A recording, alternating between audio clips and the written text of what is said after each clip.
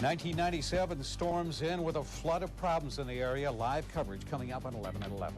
And we'll show you how local folks are far from alone when it comes to weather problems tonight. I'm Mary Babbitt. I'm Doug Moore. 11 at 11 is next. The Brookdale Lodge, located on Highway 9 between Boulder Creek and Ben Lomond, is nationally known for the babbling brook flowing inside right through the restaurant. Except now it's no babbling brook, it's a raging torrent. It's coming over in all areas right here. It's flooding over. This is the first time flooding has closed down the restaurant since the destructive floods of 1982. We had actually last night a full house of about 230 folks for New Year's Eve. We had a big New Year's Eve bash, so at least Mother Nature was gracious and awarded us an extra night. And if people have called tonight, you just said no way? No way, no way. Basically, we're going to probably shut down for the rest of the week. A bridge behind the restaurant washed out.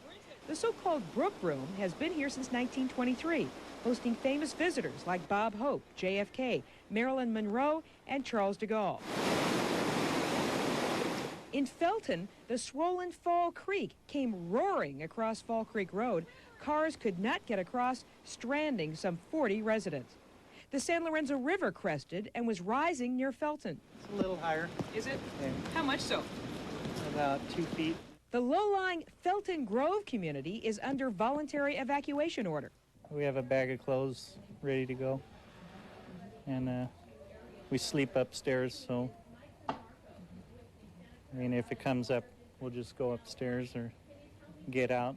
You ever see the water get up that high before? No. Many families stopped to gawk at the river from the covered bridge near Roaring Camp.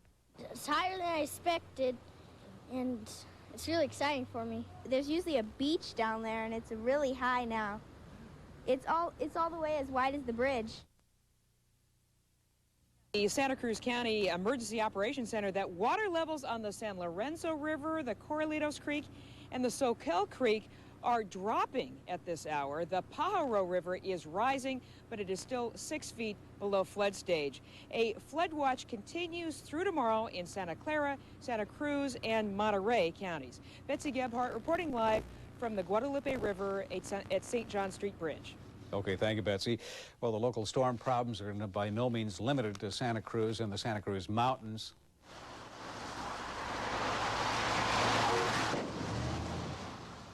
No one was hurt in this accident, but it is evidence of the hazardous driving conditions along Highway 17.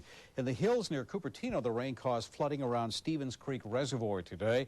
And in East San Jose, workers at a Pack and Save grocery store face a major cleanup after the weight of rainwater collapsed the store's roof. Fortunately, no one was hurt. And Morgan Hill is a major trouble spot. Many residents of the Maple Leaf RV Park have had to seek higher ground due to flooding related to nearby Yagas Creek.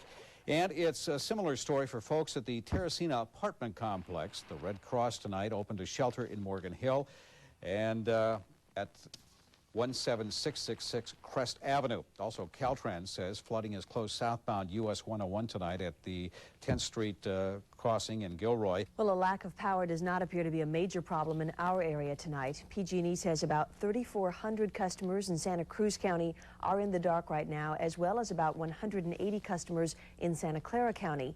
The utility says these are scattered outages, and crews are working on the problems.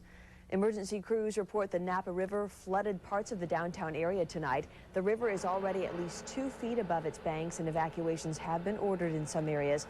In Guerneville, the muddy Russian River rose to 43 feet this afternoon and is expected to climb another 4 feet, perhaps before the night is over. Grapevines for the Corbel Champagne Company are underwater tonight. The floodwaters are swamping roads and inundating homes and businesses, forcing widespread evacuations. We've got a closer look at the flooding. It's coming up in our extra segment. Two big waves swept 27 people off the rocks in Redondo Beach this afternoon. All were rescued, but many suffered neck and back injuries. The waves in the King Harbor area were as high as 10 feet at one point. Tourists, fishermen, and children were among those ending up in the water down there.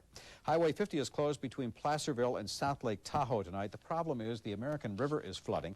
In addition, the road is blocked by numerous rock slides and snowmelt water running across the highway. Due to the flooding, 14 families in the area have been evacuated from their cabins. And last night, millions watched the ball drop in Times Square, but that pales in comparison to what one Wisconsin family saw fall through their front yard.